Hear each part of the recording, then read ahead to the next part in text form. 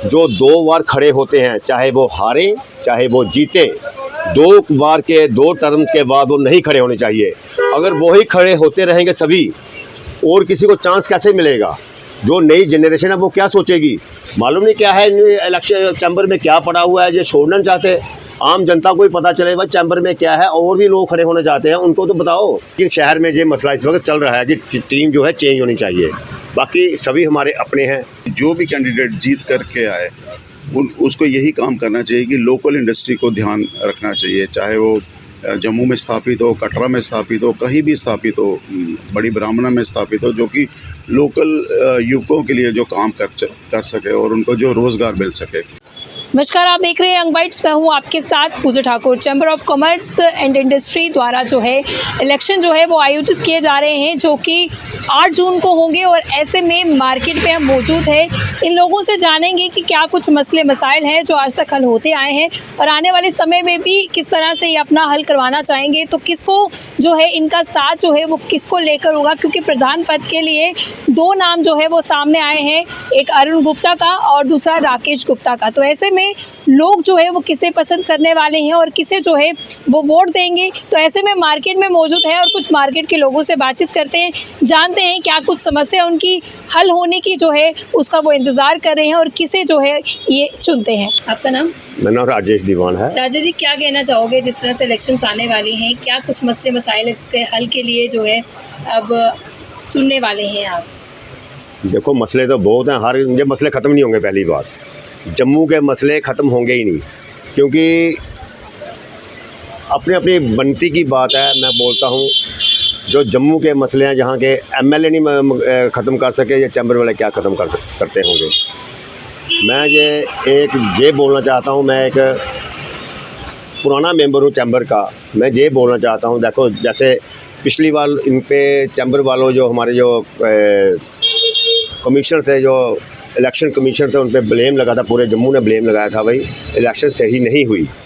हम तो इस बार यही चाहते हैं भाई पहले बता दें भाई हमारा ये फंडा है, हम ऐसे इलेक्शन कराना चाहते हैं। अभी 6 दिन रह गए हैं, इनको एक वाइट देनी चाहिए, इनको एक प्रेस कॉन्फ्रेंस करनी चाहिए, उसके ज़रिए बोलना चाहिए पूरे जम्मू के लोगों को। जो चैम्बर के मेंबर हैं, 3100 मेंबर हैं, उनको बोलना चाहिए भाई हम लोग इस तरीके से इलेक्शन कराएंगे और बिल्कुल फेयर एंड ऐसे कराएंगे।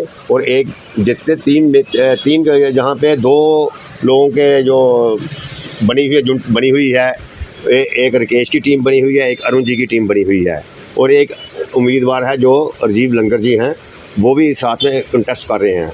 हम तो यही चाहते हैं कि जहाँ पे जो टेबल लगे, जहाँ पे इन्होंने वोट डालने हैं, जो भी कुछ देना, इन्वेल्थ देना हो, जो भी देना होगा, बैलेट पेपर देना होगा, वो तीनों बंदों के एक बंदा वहाँ पे रहना चाहिए, एक मेंबर वहाँ रहना चाहिए। ना किसी को नेक्स्ट टाइम किसी को ये ना कहना पड़े भाई ये इलेक्शन जो है ये फेयर नहीं हुई। हम तो चाहते थे, ये अच्छी बात नहीं है चैम्बर के लिए, हम लोगों के लिए भी नहीं अच्छी बात नहीं है कि जम्मू में ऐसा माहौल बनाया जा रहा है कि इलेक्शन सही नहीं हुई। हम तो चाहते हैं कोई भी आए, राकेश जी आए, अरुण जी आए, दोनों हमारे लिए अच्छे हैं। लेकिन मैं ये चाहता हूँ जिन्होंने ये कानून बनाया, जिन्होंने ये कॉन्स्टिट्यूएंट बनाया है, उनको ये कहना चाहता हूँ अगली बार जब भी जिसको थोड़ा बदलाव कीजिए। जो 2 बार खड़े होते हैं, चाहे वो हारें चाहे वो जीतें, 2 बार के 2 टर्म्स के बाद वो नहीं खड़े होने चाहिए।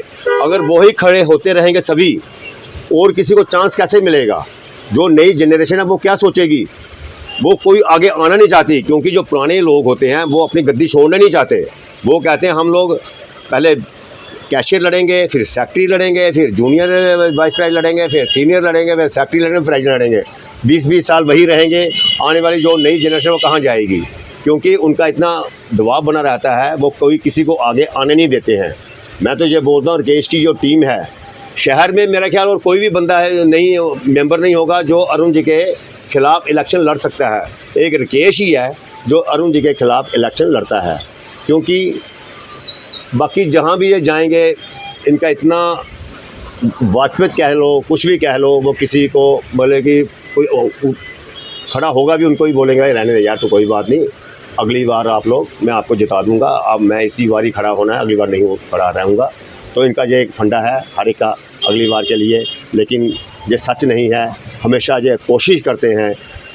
देखो ऐसे ऐसे लोग भी हैं जो ऊपर से नीचे भी आ गए हैं, सेक्रेटरी से कैशियर आ गए हैं। मालूम नहीं क्या बात है चैम्बर में, एक बार उनको ऑफ करना चाहिए, अगली बार इलेक्शन लड़ लें। ऐसा सोचते नहीं ये लोग, मालूम नहीं क्या है इलेक्शन चैम्बर में क्या पड़ा हुआ है, ये छोड़ना नहीं चाहते। आम जनता को ही पता चले भाई चैम्बर में क्या है, और भी लोग खड़े होना चाहते हैं, उनको तो बताओ। आज कई लोग में हमारे को बोलते हैं हमने खड़ा होना था, लेकिन हम खड़ा नहीं हो सकते क्योंकि हम लोग जो पुराने लोग हैं, हमें कहाँ जीतने देंगे। ये एक आवाज़ जा रही है पूरे शहर के अंदर कि पूरा टीम ही चेंज करो। शहर के अंदर इतनी बातें जा रही हैं, पूरी टीम चेंज होनी चाहिए इस बार, क्योंकि मैं नहीं चाहता कि मेरी बात जो कोई सीरियस ले, लेकिन शहर में ये मसला इस वक्त चल रहा है कि टीम जो है चेंज होनी चाहिए। बाकी सभी हमारे अपने हैं, जो राकेश की टीम वाले भी अपने हैं और उनकी टीम वाले भी सारे हमारे अपने सदस्य हैं। हम किसी के बारे में ज़्यादा नहीं बोलते, लेकिन फिर भी ये रुझान जा रहा है। राकेश की जो आवाज़ है, एक बोल्ड आवाज़ है, शहर वाले उसको ज़्यादा पसंद कर रहे हैं और हम भी उसको पसंद करते हैं। हम तो चाहते हैं इस बार राकेश जो है फुल फ्लेज होके जनता की आवाज़ बने। अगर जनता की आवाज़ नहीं बनेंगे, मैं पहला शख्स होऊंगा जो राकेश के खिलाफ अगली बार इलेक्शन के खिलाफ खड़ा हो जाऊंगा, अगर इसने अच्छा काम नहीं किया तो। बलदेव खुल्लर, रघुनाथ बाजार से। क्या कहना चाहेंगे, क्या उम्मीदें इस इलेक्शन से? देखिए, इलेक्शन से हर व्यक्ति को उम्मीद होती है कि जो पिछले कार्यकाल गया है उसके बाद व्यापारियों के लिए एक नया कार्यकाल आने वाला है, उसमें कुछ नई चीज़ें आएंगी, ऐसी संभावना लेके व्यापारी भी बड़ा उत्सुक होता है और जो कार्य करने वाले लोग भी बड़े उत्सुक होते हैं कि उनको भी कोई नया सोचने का, नया करने का, जो इस वक्त जो माहौल है उसके मुताबिक कैसा किया जाए, जो चुनौतियां उसके उनको कैसे निपटा जाए, ये सारी चीज़ें दोनों आपस में मिल के व्यापारी और होटल इंडस्ट्री और गवर्नमेंट मिल के भी इसमें कार्य करती है। तो मुझे लगता है कि आने वाले समय में जिस तरह से हमारे खासतौर से पूरे देश के जो हालात है, खासतौर जम्मू कश्मीर के जो हालात बने हुए, खासतौर बॉर्डर एरिया में जो हम रहते हैं, उसके मद्देनज़र रखते हुए मुझे लगता है कि आने वाले समय में हम लोग मिल के इन चुनौतियों का सामना करते हुए आगे की तरफ बढ़ेंगे, आगे सोच रखेंगे। कौन से मसले मसाइल हैं जिन्हें आप चाहते हैं कि पूरा होना चाहिए, देखिए, पिछले समय में नहीं हुआ या आगे हो? अब मसले तो बहुत हैं। जैसे अगर आप जम्मू को देखें, जम्मू की दृष्टि को देखें, तो उसमें केवल माता वैष्णो देवी का ही आशीर्वाद से हम लोग जो व्यापारी हैं वो उसमें अपना व्यापार कर रहे हैं, जिसमें होटल इंडस्ट्री है, ट्रेड है, ये सारे इंडस्ट्री जो सारी उसी में चल रही है टूरिस्ट इंडस्ट्री के मुताबिक। तो 90% तो मुझे लगता है कि हम उन्हीं पर निर्भर करते हैं जो व्यापारी लोग हैं। उसके अतिरिक्त जो लोकल क्लाइंटेज होती है वो लोकल तो आते रहते हैं, चलते भी हैं, लेकिन उनके साथ हमारा व्यापार भी जुड़ा हुआ है। इसके अतिरिक्त अगर आप जम्मू के अंदर अपनी टूरिज़्म दृष्टि से देखें तो जितने भी टूरिस्ट स्पॉट्स हैं, तो अगर आपने देखा होगा कोई टूरिस्ट स्पॉट पे, जम्मू के जितने भी टूरिस्ट स्पॉट है, कहीं भी कोई होर्डिंग नहीं लगी कि यहाँ से सुचेतगढ़ कितनी दूर है और वहाँ क्या कार्यक्रम रहने वाला है, कितने से कितने बजे तक होता है, कौन कौन से दिन होता है।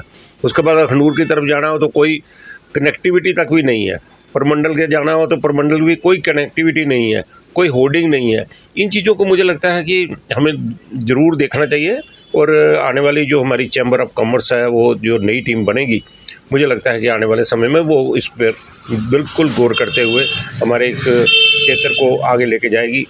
और एक बता दूँगा, जैसे हमारी इंडस्ट्री है, इंडस्ट्री के अंदर जो लोकल को चीज़ें, जैसे माता वैष्णो देवी के वहाँ बहुत चीज़ें ऐसी बिकती हैं जो बाहर से हम लेके आते हैं। हमारे लोकल इंडस्ट्री भी हमें लगनी चाहिए थी, चाहे स्मॉल स्केल इंडस्ट्री में घर घर के अंदर, जलंधर के अंदर बनता है बड़ा कुछ, इस तरह से हमारी लोकल इंडस्ट्री को भी ये चीज़ें चाहिए। यहाँ उसको प्रोत्साहन देने के लिए गवर्नमेंट उसमें मुझे लगता है कि करने की आवश्यकता है।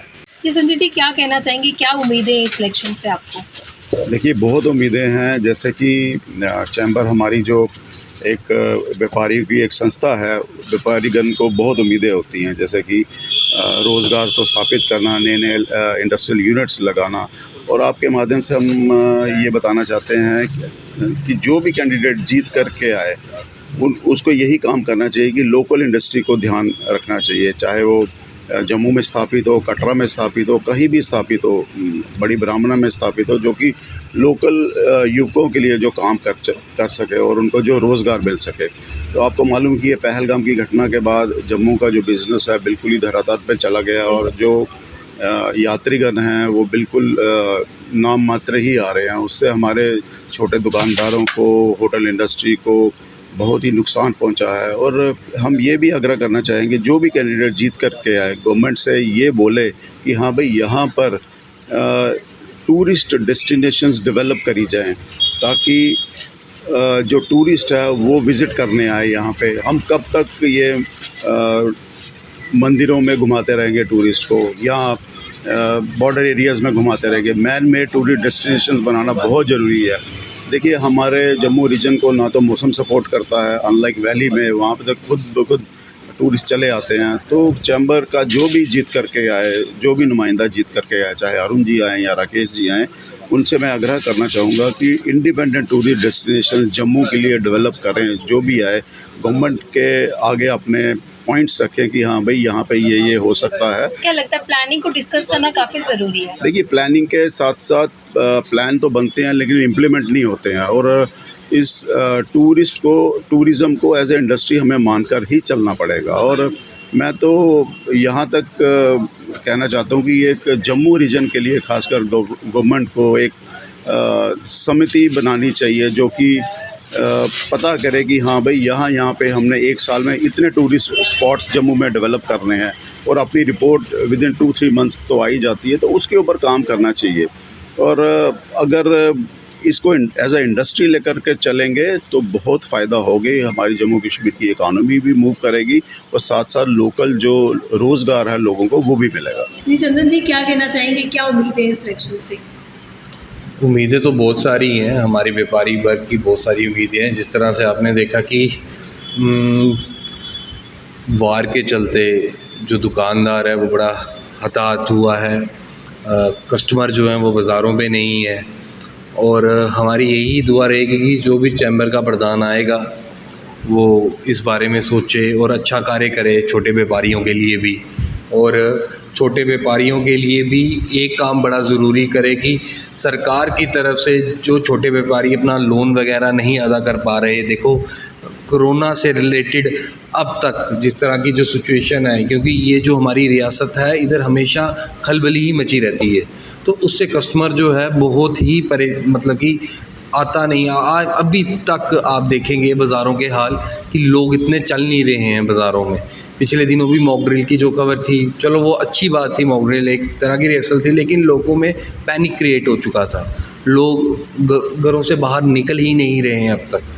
तो जो भी जीते और बेस्ट विशेस है, जो भी प्रधान जो भी वहाँ से चुनकर आएगा उनको पता है कि चंदन गुप्ता किनके साथ है और किनके साथ चलता रहा है, तो उनके लिए मेरी बेस्ट विशेस है। मैं नाम नहीं ले सकता क्योंकि आपका प्रोटोकॉल है, तो भैया को बहुत बहुत बेस्ट विशेस, और हम आपके साथ हैं, हमारा बाज़ार आपके साथ है। और जो बातें मैंने कही हैं भैया, इस बार जीतने के बाद आप ये मतलब कि बाजार के कीजिए। ऐसे कौन से काम है जो अभी तक पूरे नहीं हो पाए और आने वाले समय में जो भी आता है आप चाहेंगे कि वो पूरा करें? देखिए जम्मू शहर जो ओल्ड सिटी है, इधर की जो दुकानदारी है, आप देखें कि जम्मू बहुत बड़ा बनता जा रहा है। सबसे पहले कमर्शियल और नॉन कमर्शियल के ऊपर इनको टेक ओवर करना चाहिए, क्योंकि जिसका भी मन करता है शटर लगा देता है और दुकानें खोल देता है। जैसे आपने देखा होगा कि आज से कोई 4-5 साल पहले दिल्ली और लुधियाना में ये एक चला था जिसमें कमर्शियल और नॉन कमर्शियल जो था वो अलग अलग किया था। सिटी जो है, ओल्ड सिटी जो है, ये पुराना शहर है, ये कमर्शियल एरिया है। तो हमारे प्रधान जी को चाहिए जो भी आएंगे कि वो ये मुद्दा ज़रूर रखें, क्योंकि कस्टमर का जब पाँव ही नहीं इधर पड़ेगा तो इतनी दुकानें जिन्होंने करोड़ों करोड़ों रुपए का काम, और आप खुद देखिए कि हर एक दुकानदार ने 2-2 4-4 मुलाजिम, और कईयों ने तो इससे ज़्यादा ही रखे होंगे बड़ों ने। तो हम एक तरह के लोगों के एम्प्लॉयमेंट जनरेट करते हैं पुरानी शहर वाले।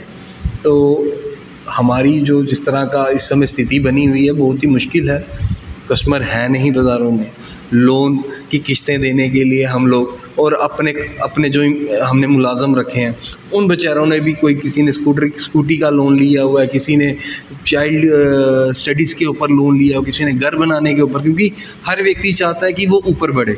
तो उनको तो हम पूरे पैसे दे रहे हैं, पर हमें जो है वो बड़ी मुश्किलात का सामना करना पड़ता है। तो इसके ऊपर सरकार से वो बात करें, आज की जो LG सरकार है उनसे बात करें कि जब तक माहौल ठीक नहीं हो जाता एकदम से, तो थोड़ा सा बैंक्स के साथ हमारा सिस्टम जो है वो ठीक किया जाए।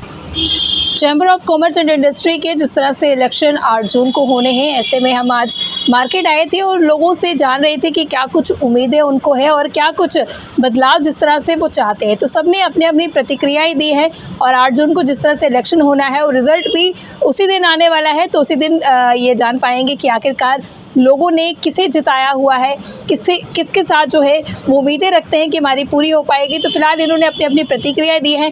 आपका क्या कुछ कहना है, हमारे साथ ज़रूर अपने विचार साझा कीजिएगा। अगली वीडियो लेकर फिर मैं हाजिर होंगी, तब तक के लिए आप देखते रहें यंग बाइट्स और जर्नलिस्ट अमन शर्मा के साथ मैं पूजा ठाकुर, यंग बाइट्स।